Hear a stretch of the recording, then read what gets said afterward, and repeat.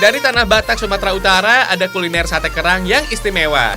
Karena kandungan protein yang cukup tinggi, kita nggak dianjurkan menyantap sate kerang berlebihan. Apalagi kalau kolesterolnya tinggi. Soal rasa, sate kerang dari Medan enaknya nancep banget, fams. Oh iya, kerang yang dipakai adalah kerang darah. Semuanya masih segar loh, dengan ukuran yang cukup besar. Dalam satu hari, 50-100 kg kerang darah bisa diolah jadi sate di warung ini. Menjaga kebersihan bisa jadi kunci kelezatan sajian seafood. Pengolahannya juga harus benar. Habis dicuci bersih dan direbus, kerang darah kembali diproses sampai matang. Lalu daging kerang dipisahkan dari cangkangnya.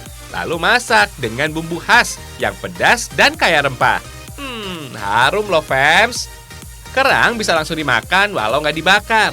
Tapi bukan sate namanya kalau nggak ditusuk pakai lidi. Ukuran kerang yang besar, rasa yang gurih dan bumbu yang tebal jadi jaminan kelezatannya. Cobain Gi, buruan.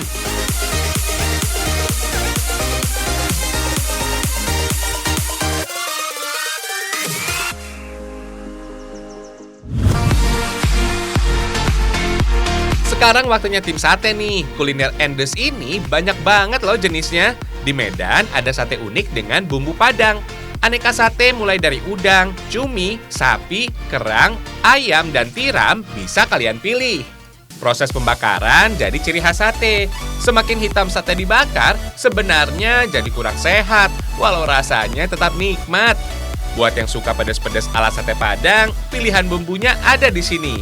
Kalau suka bumbu kacang, juga ada kok. Katanya sih, fams, ada sekitar 250 jenis sate di berbagai penjuru Indonesia. Sate dari Indonesia terpilih jadi kuliner nomor 14 terenak di dunia. Wah, keren!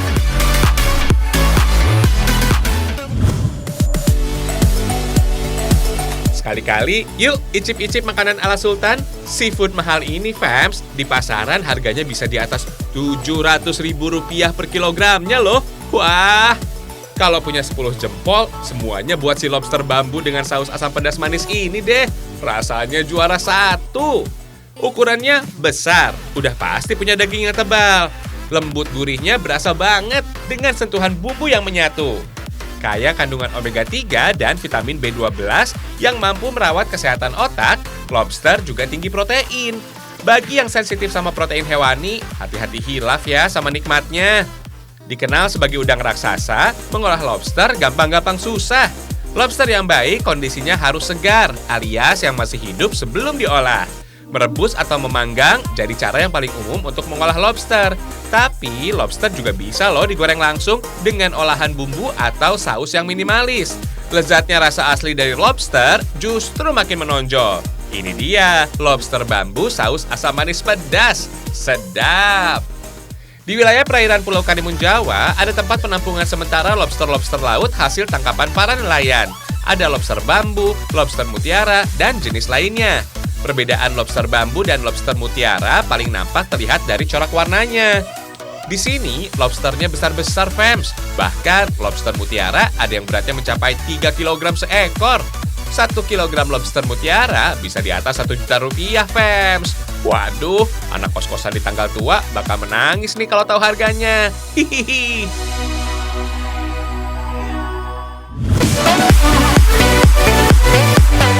Enak banget nih, fams. Cemal-cemil cantik sambil menikmati segarnya udara dari atas Danau Maninjau, Sumatera Barat. Camilan bulat ini rasanya gurih, fams. Nikmat banget deh, mirip kayak takoyaki ala Jepang. Tapi ada rendang-rendangnya gitu. Oh iya, menu simple ini namanya bola-bola rendang lokan. Dibuat dari kerang lokan dengan sentuhan bumbu ala tanah Minang. Bisa kok bikin di rumah sendiri. Fams, kerang lokan adalah jenis kerang yang hidup di area Danau Maninjau, Sumatera Barat. Cangkangnya besar, dagingnya juga gede, fams. Ambil bagian daging kerang yang sudah bersih dan direbus. Bumbu dengan aroma dan rempah yang kuat bisa hilangkan aroma amis dari kerang. Kali ini kita olah bumbu ala rendang ya, fams. Bumbu yang sudah halus bisa ditumis supaya lebih harum. Pakai minyak kelapa murni, makin mantap nih wanginya.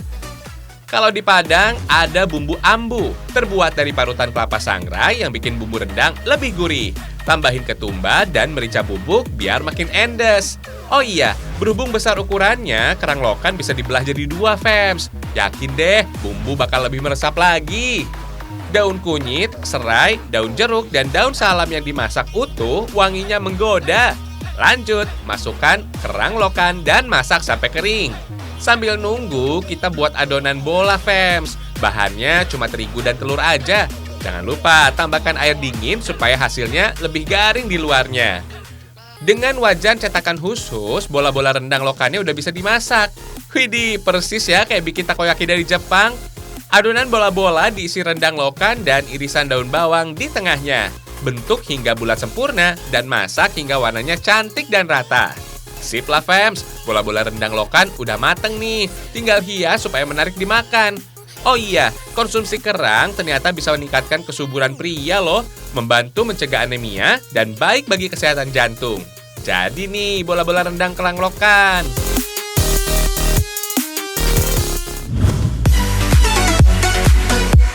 Sate dan bakso selalu jadi komandan. Kedua kuliner ini jadi favorit sejuta umat. Nikmatnya bikin lidah langsung hormat. Hihihi.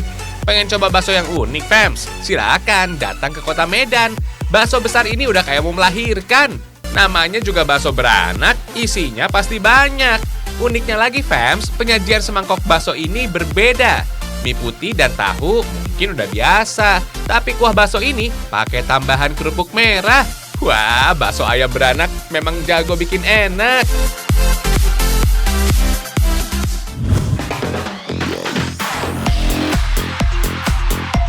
Fams, ada teman santai buat isi waktu luang. Teman yang ini enak dimakan, rasanya manis, terbuat dari sale pisang. Kalian tahu sale pisang dong? Itu loh olahan buah pisang yang dikeringkan dengan inovasi gaya baru. Maklum deh, udah new normal, fams. Hihihi. Oh iya, kayak potasium, pisang bagus loh untuk lawan osteoporosis dan mencegah batu ginjal. Udah nikmat, sehat pula.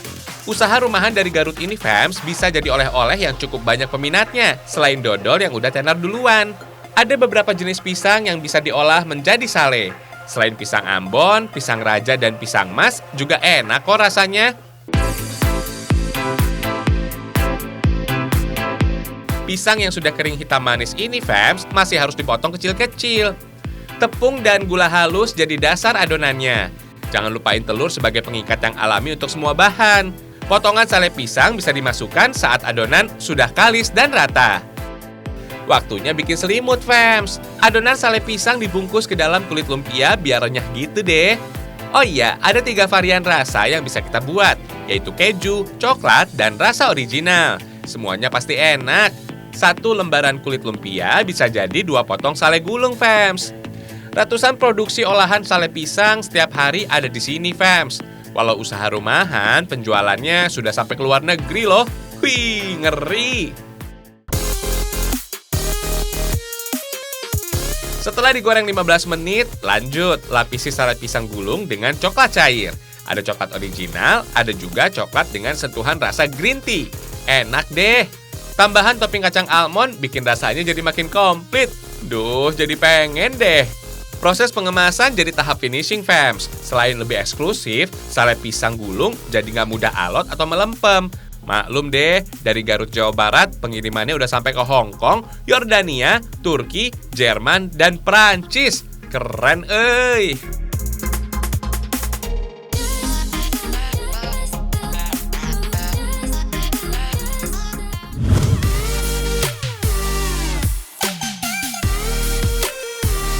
Yang doyan makan mie instan, ayo tunjuk tangan. Dari Sabang sampai Merauke, mie instan selera banget deh. Gak perlu repot mengolahnya. Semangkok mie yang nikmat bisa cepat didapat. Tua ataupun muda, pasti pada suka. Fams, mie instan emang praktis, tapi nggak bagus kalau disantap setiap hari. Memilih makanan instan yang aman dan sehat bisa jadi solusi. Kayak mie cantik dari buah dan sayur ini nih. Kalau mau makin spesial, bisa kok diolah jadi mie ayam. Namanya instan, proses mengolahnya nggak perlu pakai ribet. Kalau mau enak, sedikit usaha lebih bisa bikin puas. Tumis bawang bombay sampai harum, lalu potongan ayam menyusul. Minyak ikan, minyak wijen, dan kecap diberi sentuhan manis dan aroma harum. Tambahan garam, merica, dan bubuk kaldu ayam bisa makin mantap cita rasanya. Ini dia, fams, mie ayam sehat nggak pakai repot. Bikin ngiler kan?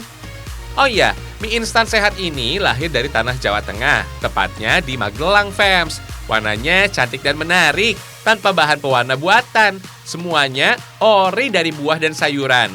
Kandungan gizinya tinggi dan cocok buat anak di masa pertumbuhan.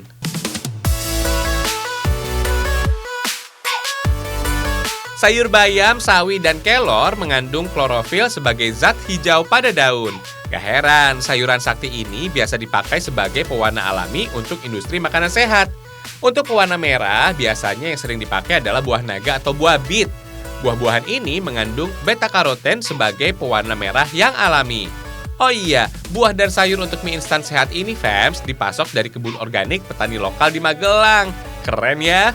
Selain buah dan sayur, air dan tepung terigu jadi bahan dasar adonan mie instan. Bebas bahan kimia dan bagus buat tubuh.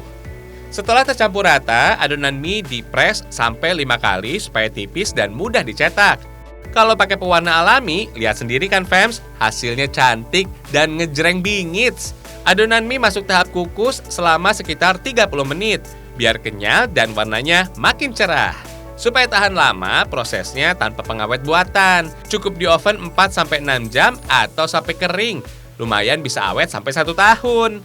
Mie instan sehat ini, fams, memakai ekstrak bubuk jamur sebagai bumbu biar ada gurih-gurihnya.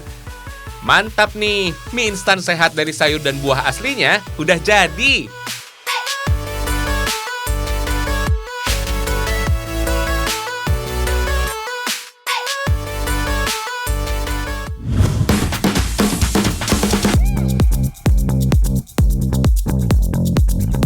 Ini dia keramaian Festival Pinisi Sulawesi Selatan. Pesertanya ramai banget loh, berasal dari berbagai daerah se-Nusantara. Mereka membawa layangan khas dari daerahnya masing-masing. Bagus-bagus ya, fams. Pusat pelelangan ikan Bulukumba jadi lokasi ajang festival layang-layang kali ini. Area yang gak terlalu luas ngebuat para peserta harus ekstra tenaga manfaatin lahan yang terbatas. Kalau nggak jago mengendalikannya, layangan bisa nyemplung ke laut. Layangan rusak, pesertanya jadi gugur, fams. Ambyar. Asal tahu aja nih, ini bisa jadi hobi yang mahal. Satu layangan yang dibuat, biayanya bisa mencapai puluhan juta rupiah. Wih, canggih. Oh iya, fams, ada 2 kategori yang diperlombakan. Layang-layang 2 dimensi dan 3 dimensi. Bagus-bagus ya layangannya. Langit jadi keren bingits. Kira-kira jagoan layangan kalian model yang mana nih? Hihihi.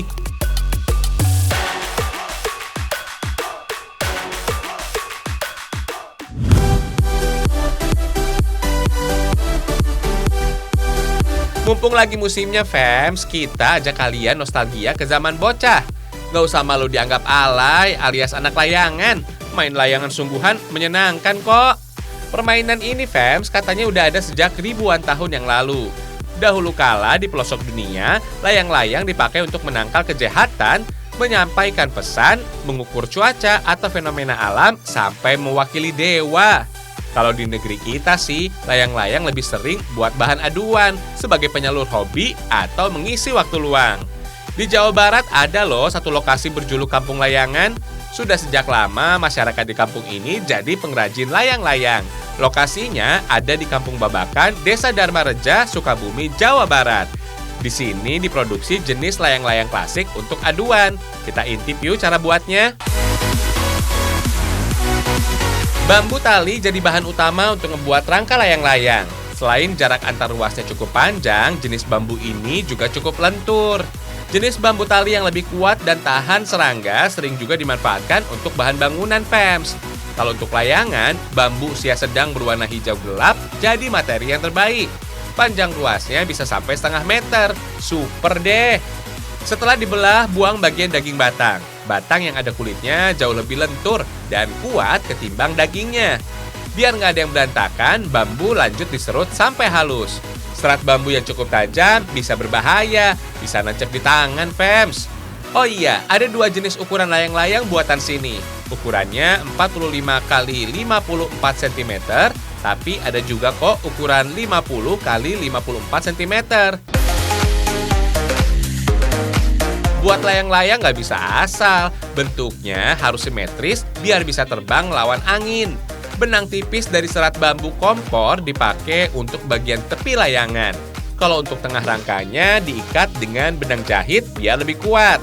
Biasanya sih warga buat rangka di rumahnya masing-masing. Mereka mengambil bahan dari pengepul, lalu dirakit menjadi rangka dengan sistem borongan. Imbalan diberikan berdasarkan jumlah rangka yang dibuat. Semakin cepat dan banyak kerjanya, maka semakin banyak pula imbalannya. Dalam sehari mereka bisa buat ribuan unit rangka layangan. Waktunya memasang kertas layangan. Kertas polos dan sablonan bisa jadi pilihan. Kalau yang polos bisa loh dihias sendiri pakai cat jenis akrilik. Rem kertas buatan sendiri dari aci alias tepung tapioka dipilih karena lebih hemat, kuat, dan gak bau. Kalau sudah jadi, layangan dari Sukabumi bisa dijual sebanyak 1.000 lembar per paket. Lebih murah, Fems. Tapi kalau mau beli ecer alias satuan juga bisa kok. Pemasarannya bisa sampai keluar daerah Sukabumi loh, Fems. Coba deh, dicek layangan kalian. Made in Sukabumi bukan nih? Hihihi.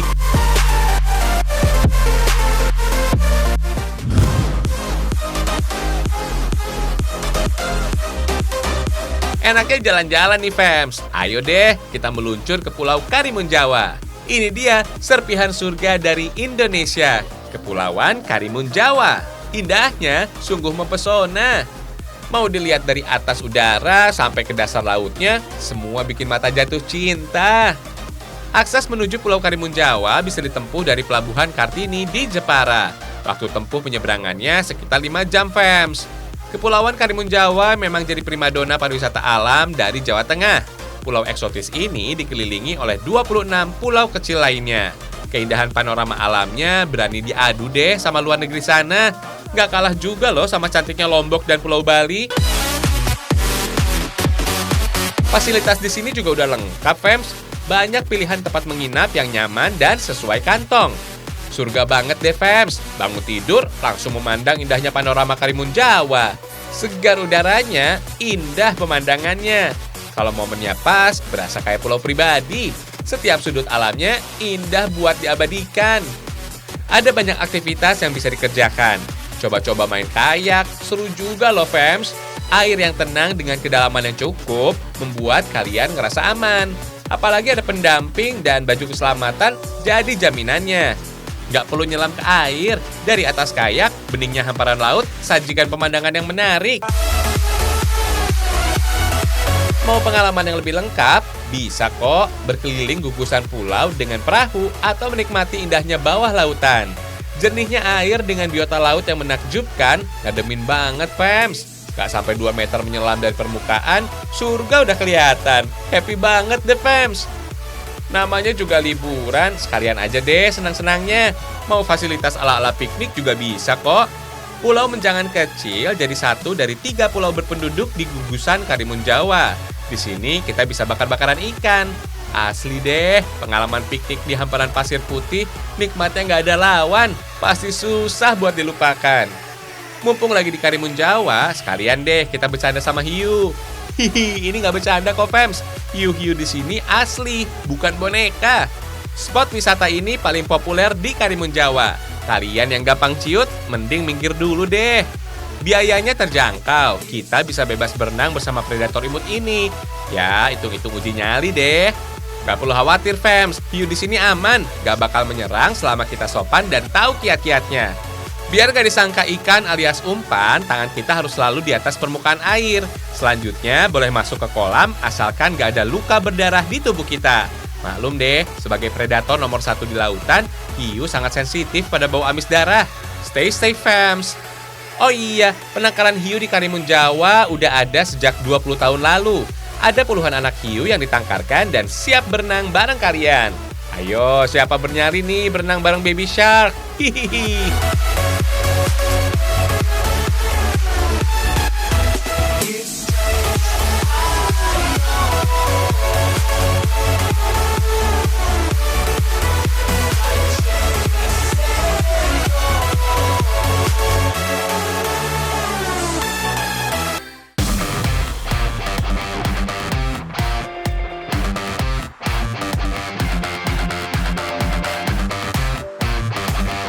Sajian Ragam Indonesia pagi ini mantap kan, fams? Ngeliatnya bikin tambah lapar atau justru redakan perut yang kelaparan? Hihihi, sabar ya. Nanti kita ketemu lagi dengan menu yang gak kalah bikin ngiler. Ragam Indonesia, satu Indonesianya, berjuta kekayaannya. Sampai jumpa!